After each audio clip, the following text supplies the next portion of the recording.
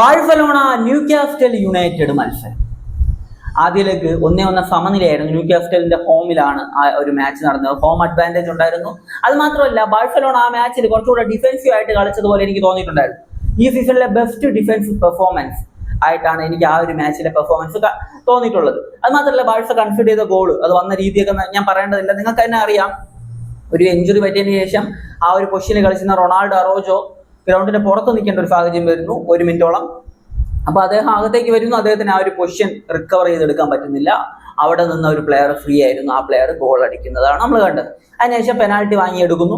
Brilliant ആയിട്ടായിരുന്നു ആ ഒരു പെനാൽറ്റി വാങ്ങിയെടുത്തത്.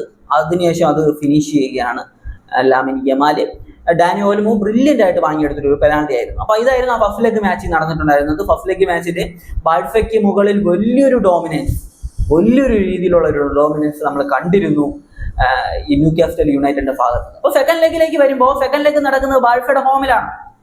നമ്മൾ കഴിഞ്ഞ കുറച്ച് വീഡിയോസിലായിട്ട് പറയുകയാണ്, അതായത് ഈ ഹോം അഡ്വാൻറ്റേജ് നന്നായിട്ട് ഇപ്പോൾ ടീമുകൾ ഉപയോഗിക്കുന്നുണ്ട് എന്നതാണ്. നമ്മൾ ചാമ്പ്യൻസ് ലീഗിലേക്ക് വരുമ്പോൾ 8 മാച്ചസാണ് നടന്നിരുന്നത് പ്രീ ക്വാർട്ടറിൽ. 8 മാച്ചിൽ 7 മാച്ചിലും ഹോം അഡ്വാൻറ്റേജ് ഉപയോഗിച്ചിരുന്നു ഹോം ടീമുകൾ.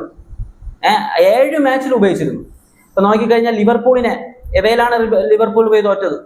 അതുപോലെ തന്നെ ചെൽസി PSG അവരുടെ ഹോം അഡ്വാൻറ്റേജ് ഉപയോഗിച്ചു. അത്ലറ്റിക്കോ മാഡ്രിഡ് അവരുടെ ഹോം അഡ്വാൻറ്റേജ് ഉപയോഗിക്കുന്ന നമ്മൾ കണ്ടു. ലെവർകുസൻ ആഴ്സണലിനെതിരെ ഹോം അഡ്വാൻറ്റേജ് ഉപയോഗിക്കുന്ന നമ്മൾ കണ്ടു. അങ്ങനെ ഹോം അഡ്വാൻറ്റേജ് റയൽ മാഡ്രിഡ് അവരുടെ ഹോമിൽ സിറ്റിക്കെതിരെ ആ ഒരു ഹോം അഡ്വാൻറ്റേജ് ഉപയോഗിക്കുന്ന നമ്മൾ കണ്ടു. അങ്ങനെ ഹോം അഡ്വാൻറ്റേജ് എല്ലാവരും ഉപയോഗിക്കുന്നുണ്ട്. ബാഴ്സയ്ക്കെതിരെയും ന്യൂകാസ്റ്റൽ യുണൈറ്റഡ് ഹോം അഡ്വാൻറ്റേജ് ഉപയോഗിച്ചു. അപ്പോൾ എനിക്ക് പറയാനുള്ളത് ഒന്ന് മാത്രമാണ്, ഹോം അഡ്വാൻറ്റേജ് ഉപയോഗിക്കുക. നിങ്ങൾക്ക് വളരെ മികച്ചൊരു സ്റ്റേഡിയം, വളരെ മികച്ച ആരാധക കൂട്ടമുണ്ട്. അപ്പോൾ അവരെ ഉപയോഗിക്കുക. അവരുടെ ആ ഒരു ആർപ്പ് വിളി, അവരുടെ ആ ഒരു ലൗഡായിട്ടുള്ള സൗണ്ട് അത് ഉപയോഗിക്കുക. ഒന്നാമത്തത് അത് ഉപയോഗിച്ച് അത് എന്തായാലും കാണും. ഗ്രൗണ്ടിൽ ആ ലെവലിലുള്ള ഒരു സപ്പോർട്ട് എന്തായാലും കാണും, അതിലൊരു സംശയമില്ല. പിന്നെ 1-1 സമനില മാത്രമാണുള്ളത്. ഇതിൽ തിരിച്ചു വരാനോ ഒന്നുമില്ല. ഒറ്റ ഗോളിന് ജയിച്ചാൽ പോലും അടുത്ത റൗണ്ടിലേക്ക് പോകാം എന്നതാണ്. ബാഴ്സയെ സംബന്ധിച്ച് ഗോൾ അടിക്കുക എന്ന് പറയുന്നത് ബാഴ്സയ്ക്ക് ഒരു വിഷയമായിട്ടുള്ള കാര്യമേ അല്ല. എത്ര ഗോൾ വേണമെങ്കിലും ബാഴ്സയ്ക്ക് അടിക്കാൻ പറ്റും. അതുപോലെ തന്നെ എത്ര വേണമെങ്കിലും കൺസിഡർ ചെയ്യും. അതാണ് ബാഴ്സയുടെ ആ ഒരു സിസ്റ്റം എന്ന് പറയുന്നത്. ഇനി നമ്മൾ നോക്കുമ്പോൾ ബാഴ്സലോണയുടെയും അതുപോലെ തന്നെ ന്യൂകാസ്റ്റൽ യുണൈറ്റഡിന്റെയും കഴിഞ്ഞ മാച്ച്, ലീഗിൽ നടന്നിട്ടുള്ള മാച്ച്, ന്യൂകാസ്റ്റൽ ചെൽസിയുടെ ഹോമിൽ ഒരു ഗോളിന് തോൽപ്പിച്ചു. ചെൽസി അത്രയും മികച്ച സ്ട്രോങ് ആയിട്ടുള്ള ഒരു ടീമാണ്. ബാഴ്സ വരെ ചെൽസിയുടെ അടുത്ത് തോറ്റിട്ടുണ്ട്. അപ്പൊ അങ്ങനത്തെ ഒരു ടീമിനോട് ഒരു ഗോളിന് ജയിക്കുന്ന കാഴ്ചയാണ് നമ്മൾ കണ്ടിട്ടുള്ളത്. ഇനി അടുത്ത മാച്ചിലേക്ക് വരുമ്പോൾ, ബാഴ്സയുടെ മാച്ചിലേക്ക് വരുമ്പോൾ ബാഴ്സ 5 ഗോളിന്റെ വിജയമാണ് സെവില്ലയ്ക്കെതിരെ സ്വന്തമാക്കിയിട്ടുണ്ടായിരുന്നത്. അപ്പോൾ ആ രീതിയിലാണ് കാര്യങ്ങൾ പൊയ്ക്കൊണ്ടിരിക്കുന്നത്. എന്തായാലും ബാഴ്സയെ സംബന്ധിച്ച് ബാഴ്സ 5 ഗോൾ സ്കോർ ചെയ്തു, ഗോളുകൾ വാങ്ങുകയും ചെയ്തു. ഇത് നമ്മൾ നോക്കുമ്പോൾ ന്യൂകാസ്റ്റൽ യുണൈറ്റഡിനെ സംബന്ധിച്ച് നോക്കുമ്പോൾ അവരൊരു ഒറ്റ ഗോൾ വിജയമാണ് സ്വന്തമാക്കിയിട്ടുള്ളത്. അവരെ സംബന്ധിച്ച് ഒറ്റ ഗോൾ വിജയം മതി ബാഴ്സയ്ക്കെതിരെ അവർക്ക് അടുത്ത റൗണ്ടിലേക്ക് പോകാൻ എന്നതാണ്. ന്യൂകാസ്റ്റൽ യുണൈറ്റഡിന്റെ ഗെയിമിലേക്ക് നമുക്ക് വരാം. അവർ കഴിഞ്ഞ മാച്ചിൽ കളിച്ചിരുന്ന ഗെയിം വളരെ ബ്യൂട്ടിഫുൾ ആയിട്ടുള്ള ഒരു ഗെയിം ആയിരുന്നു. പ്രസ്സിങ്, ഹൈ പ്രസ്സിങ്, ഒപ്പം ഫിസിക്കൽ ഗെയിം. മിഡിലൊക്കെ അവരുടെ പ്ലേയേഴ്സിനായിട്ട് മുട്ടി നിൽക്കാനുള്ള ഒരു ഫിസിക്കൽ കപ്പാസിറ്റി നമുക്കില്ല, ബാഴ്സ പ്ലേയേഴ്സിനൊന്നും ഇല്ല എന്നതാണ് നമ്മൾ കണ്ടത്. അത് തന്നെയാണ് എനിക്ക് അടുത്ത മാച്ചിലും പറയാനുള്ളത്. ഫിസിക്കൽ ഗെയിമിലോട്ടൊന്നും പോകരുത്. നിങ്ങളുടെ നാച്ചുറൽ ഗെയിം ഉണ്ടല്ലോ, high line, high attacking football, കുറെ പാസുകൾ ചെയ്യുന്ന ടൈപ്പ് ഗെയിം, അവർക്ക് കൂടുതൽ ബോൾ കൊടുക്കാത്ത ഒരു ഗെയിം, ആ ഒരു ഗെയിം അതുപോലെ കളിക്കുക, അതുപോലെ എക്സിക്യൂട്ട് ചെയ്യുക. വേറെ ഒന്നും നോക്കാനില്ല, ഈസി ആയിട്ട് ജയിക്കാവുന്നതേ ഉള്ളൂ. അല്ല കഴിഞ്ഞ മാച്ച് ചെയ്ത പോലെ അവരെ അവരുടെ ഇഷ്ടത്തിന് കളിക്കാൻ വിട്ടിട്ട് ഡിഫെൻഡിങ്ങിലേക്ക് പോയി കഴിഞ്ഞാൽ ഒന്നും നടക്കത്തില്ല. അവസാനം വരെ ഡിഫെൻഡിങ് ചെയ്യേണ്ടവരും. അതുകൊണ്ട് തന്നെ ഞാൻ ആ കളി കണ്ട സമയത്ത് ആദ്യത്തെ ഒരു 10 മിനിറ്റ്, അതുപോലെ 70 മിനിറ്റ് കഴിഞ്ഞ ഒരു സമയത്ത് എന്നാ ഗെയിമാണെന്ന് അറിയാം ന്യൂകാസ്റ്റൽ കളിച്ചിട്ടുള്ളത്. ബാഴ്സയ്ക്ക് തറയെ നിൽക്കാൻ പറ്റുന്നില്ലായിരുന്നു ബാഴ്സയ്ക്ക് സത്യം പറഞ്ഞു കഴിഞ്ഞാൽ. ബാക്കിയുള്ള സമയത്തിലെല്ലാം, അതായത് എല്ലാവരും പറയുന്ന പോലെ ബാഴ്സയെ അങ്ങ് ഏറെയാക്കിയ എന്നൊന്നും എനിക്ക് തോന്നിയിട്ടില്ല. ഈ ഒരു മാച്ചിൽ ഒരു ഡിഫെൻസീവ് സ്ട്രാറ്റജി ആയിട്ട് ബാഴ്സ പോയതുപോലെയാണ് എനിക്ക് സ്റ്റാർട്ടിങ് മുതൽ ഫീൽ ചെയ്തത്. അത് തന്നെയായിരുന്നു നമ്മൾ കണ്ടത്. അപ്പോൾ ഈ ഒരു വരുന്ന മാച്ച് ക്യാമ്പ് നൗവിലാണ്, ഹോം അഡ്വാൻറ്റേജ് ഉണ്ട്. ഒപ്പം ക്യാമ്പ് നൗവിൽ 14 മാച്ചസ് കണ്ടിന്യൂസ് ആയിട്ട് ലീഗിൽ ജയിച്ചുകൊണ്ടിരിക്കുകയാണ് ബാഴ്സ. ക്യാമ്പ് നൗ ആ ഒരു റെനോവേറ്റ് ചെയ്ത്, അത് പുതിയതായിട്ട് ബിൽഡ് ചെയ്ത് കൊണ്ടുവന്നതിന് ശേഷം ഒരു മാച്ച് പോലും ബാഴ്സ തോറ്റിട്ടില്ല എന്നതാണ്. ക്യാമ്പ് നൗവിൽ അത്രയും മികച്ച റെക്കോർഡാണ് ബാഴ്സയ്ക്കുള്ളത്. അത്ലറ്റിക്കോ മാഡ്രിഡ് പോലെ ഒരു ഡിഫെൻസീവ് ഗെയിം കളിക്കുന്ന, പാർക്ക് ദ ബസ് ഉണ്ടാക്കുന്ന അവന്മാർക്കെതിരെ 3 ഗോൾ അടിക്കാൻ പറ്റുമെങ്കിൽ ന്യൂ കാസ്റ്റിനെതിരെ ഈസി ആയിട്ട് സ്കോർ ചെയ്യാൻ പറ്റും. അതൊന്നും ഒരു വിഷയമുള്ള കാര്യമില്ല. പക്ഷെ പ്രശ്നം എന്താണെന്ന് വെച്ച് കഴിഞ്ഞാൽ അവരുടെ ഗെയിം കളിക്കാൻ വിടരുത്. അവരുടെ ഗെയിം എന്ന് പറയുന്നത് ബാഴ്സയ്ക്ക് താങ്ങാൻ പറ്റാത്ത ഗെയിമാണ്, ഫിസിക്കൽ ഗെയിം. ബാഴ്സയിൽ ഫിസിക്കലി ആരുണ്ട്? റൊണാൾഡോ റോജോ എല്ലാം കളിച്ചാലേ ഉള്ളൂ ഫിസിക്കലി. ബാക്കി ആർക്കും അത്ര ആ ഒരു ഫിസിക്കൽ ഗെയിം വശമില്ല.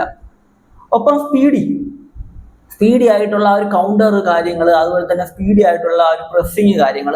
ഇത് പ്രസ്സിങ്ങിലേക്ക് വന്നു കഴിഞ്ഞാൽ ബാഴ്സ വീണ് പോകും. കാരണം എന്താണെന്ന് വെച്ച് കഴിഞ്ഞാൽ ബാഴ്സയുടെ ആ ഒരു ബാക്ക് ലൈൻ നോക്കുമ്പോൾ ഗാൾഫിയ എടുക്കുക, ഗോൾ കീപ്പറായിട്ടുള്ള ഗാൾഫിയെ നോക്കിക്കഴിഞ്ഞാൽ ജോൻ ഗാൾഫിയ ആദ്യമായിട്ടാണ് ഈ ഒരു ഇത്രയും വലിയ ടീമുകൾക്കെതിരെയൊക്കെ കളിക്കുന്നത്. അദ്ദേഹം ഇതിനു മുമ്പ് കളിച്ചിരുന്ന ടീം അറിയാലോ, ലാലിഗയിൽ ഒരു ചെറിയ ടീമിനെതിരെയാണ്, ബാഴ്സയുടെ അടുത്ത് തന്നെയുള്ള ബാഴ്സയുടെ റൈവൽ ടീമിനെതിരെയാണ്. അപ്പൊ അങ്ങനെ ഒരു ചെറിയ ടീമിലാണ് അദ്ദേഹം കളിച്ചിരുന്നത്.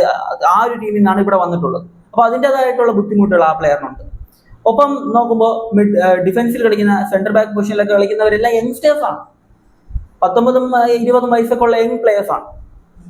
വിങ് ബാക്ക് പൊസിഷനിൽ കളിക്കുന്നതെല്ലാം അങ്ങനത്തെ പ്ലേയേഴ്സ് ആണ്. അപ്പോൾ അങ്ങനെ പ്ലേയേഴ്സ് ഉള്ളത് കൊണ്ട് തന്നെ, യങ് പ്ലേയേഴ്സ് ഉള്ളത് കൊണ്ട് തന്നെ ബാഴ്സയെ സംബന്ധിച്ച് അതൊരു വലിയ വെല്ലുവിളി തന്നെയാണ്. ഡിഫെൻസീവ് ആയിട്ടുള്ളൊരു എതിർ ടീം ഹൈ പ്രസ് ചെയ്ത് കഴിഞ്ഞാൽ ബാക്കിൽ ബോൾ ഹോൾഡ് ചെയ്യുക എന്ന് പറയുന്നത് ഒരു വെല്ലുവിളി ആയിട്ടുള്ള കാര്യമാണ്. കാരണം എക്സ്പീരിയൻസ് കുറഞ്ഞിട്ടുള്ള പ്ലേയേഴ്സ് ആണുള്ളത്. ആകെ കൊള്ളാമെന്ന് പറഞ്ഞാൽ 2 വിങ് ബാക്ക് പൊസിഷനും കുഴപ്പമില്ല എന്നത് തന്നെയാണ് എനിക്ക് പറയാനുള്ളത്. കഴിഞ്ഞ മാച്ചിലൊക്കെ നമ്മൾ നോക്കുമ്പോൾ ആ ഒരു വിങ് ബാക്ക് ആയിട്ട് കളിക്കുന്ന ഇപ്പോൾ ലോണി വന്നിട്ടുള്ള ജാവോ ക്യാൻസലോ വളരെ കിടിലൻ പെർഫോമൻസ് ആണ് നടത്തിക്കൊണ്ടിരിക്കുന്നത്. എൻ്റെ ഏറ്റവും ഫേവറേറ്റ് ആയിട്ടുള്ള വിങ് ബാക്ക് ആണ് ജാവോ ക്യാൻസലോ. എന്തിനാണ് സൗദിയിലേക്ക് പോയത് എന്ന് വരെ ഞാൻ ആലോചിച്ച് പോയിട്ടുള്ള ഒരു പ്ലെയർ ആണ്. കിടിലൻ പൊട്ടൻഷ്യൽ ഉള്ള ഒരു പ്ലെയർ ആണ്. അപ്പോൾ ലെഫ്റ്റിലും റൈറ്റിലും കളിക്കാൻ പറ്റുന്ന ടൈപ്പ് ഒരു പ്ലെയർ ആണ്. അപ്പോൾ അറിയാലോ, 2 വിങ്ങിൽ കളിക്കുന്ന വിങ് ബാക്ക് പ്ലെയേഴ്സിന് ഇഞ്ചുറിയാണ്. അവർ ഈ മാച്ചിൽ കാണത്തില്ല എന്നാണ് കിട്ടുന്ന വിവരം. പറയാൻ പറ്റത്തില്ല എന്താകുമെന്ന്. എന്തായാലും അവർ ഈ മാച്ചിൽ സ്റ്റാർട്ട് ചെയ്യാനുള്ള സാധ്യത ഞാൻ കാണുന്നില്ല. അവർ റിക്കവർ ആയി വന്നാലും സബ്ബായിട്ടിരിക്കാനുള്ള സാധ്യതകളാണ് ഞാൻ കാണുന്നത്. അപ്പോൾ ഇങ്ങനെ ഒരു പ്രശ്നം ബാഴ്സയെ സംബന്ധിച്ച് ഉണ്ട് എന്നതാണ്.